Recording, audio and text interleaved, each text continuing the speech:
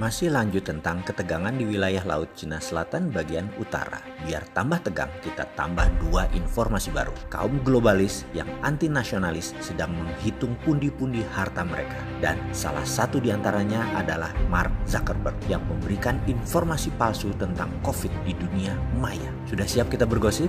Makin digosok makin sip. Bagi kaum globalis adalah kaum yang dibenci Bung Karno ini. Bagi mereka negara atau state itu less important. Negara itu kurang begitu penting. Paspor mereka bisa saja hijau berlambang Garuda. Tinggal mereka, rumah mereka di Singapura. Pabrik mereka di Australia. Bisnis mereka ke Tiongkok.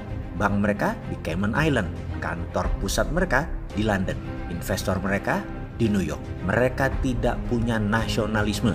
Bagi mereka, negara itu tidak penting. Pejabat itu mereka bisa beli dimanapun.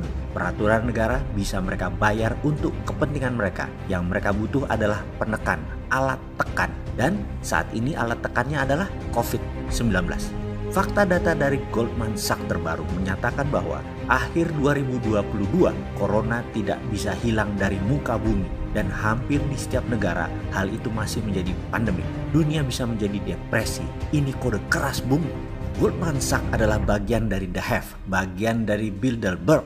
Sekedar catatan sebelum kita lanjutkan informasinya agar sama persepsinya. Resesi adalah reses, bahasa Latin dari istirahat. Jadi kalau corona berdampak membuat 3 bulan aktivitas ekonomi menurun tinggal 20% misalnya, itu ekonomi dalam keadaan reses, dalam keadaan istirahat, dalam keadaan resesi. Efek resesi yang tidak terkendali adalah naiknya inflasi. Saat ini semua masih terjaga, masih aman. Dalam 2 bulan ke depan, kalau corona teratasi, ekonomi Indonesia masih dikatakan dalam keadaan resesi pada saat ini. Apa yang terjadi kalau corona menjadi 9 bulan dari sekarang baru selesai? Baru November akhir tahun 2020 selesainya. Maka ekonomi resesi tadi pasti jadi depresi, tekanan berat. Dan kalau sudah menjalar sampai 2 tahun bisa jadi Great Depression. Maka untuk keluar dari Great Depression, jurusnya pasti baru dalam tanda petik. Itulah the new normal. New normal inilah yang akan menjalankan ekonomi ke depan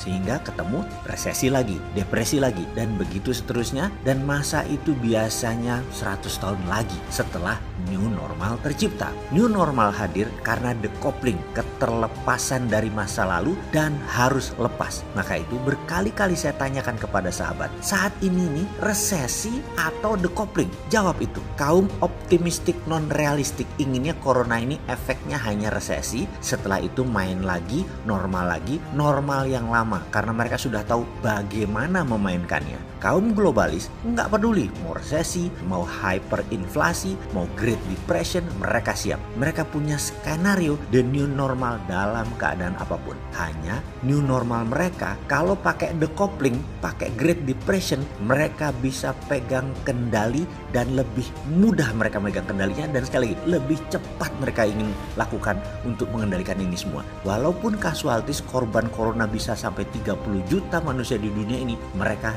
tidak peduli. Kembali ke informasi di awal tentang ketegangan militer di Laut Cina Selatan bagian utara. Kaum nasionalis akan sangat peduli dengan urusan demikian. Catatan sekali lagi, Trump itu nasionalis Amerika, the Bilderberg itu globalis. Oligarki Indonesia itu globalis, tidak nasionalis mereka itu. Bosman, nah ini baru nasionalis. Karena itu ketika para senior di istana mendidik kaum milenial istana diajari oligarki, agar bisa jadi oligarki milenial, kita mengkelap, ngamuk, pol, kita ancuk-ancukin mereka. Karena globalis itu oportunis, yang penting dapat duit, yang penting ekonomi muter, yang penting dapat cuan.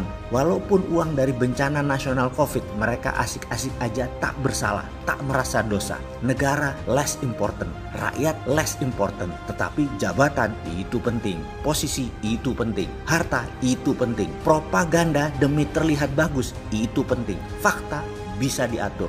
Untuk itu sekarang kita bertanya, karena kita semua tahu fakta itu ada 3. Fakta dari sisi kamu, fakta dari sisi saya, dan fakta dari sisi kebenaran. Sekarang pertanyaannya, fakta mana yang kalian tampakkan?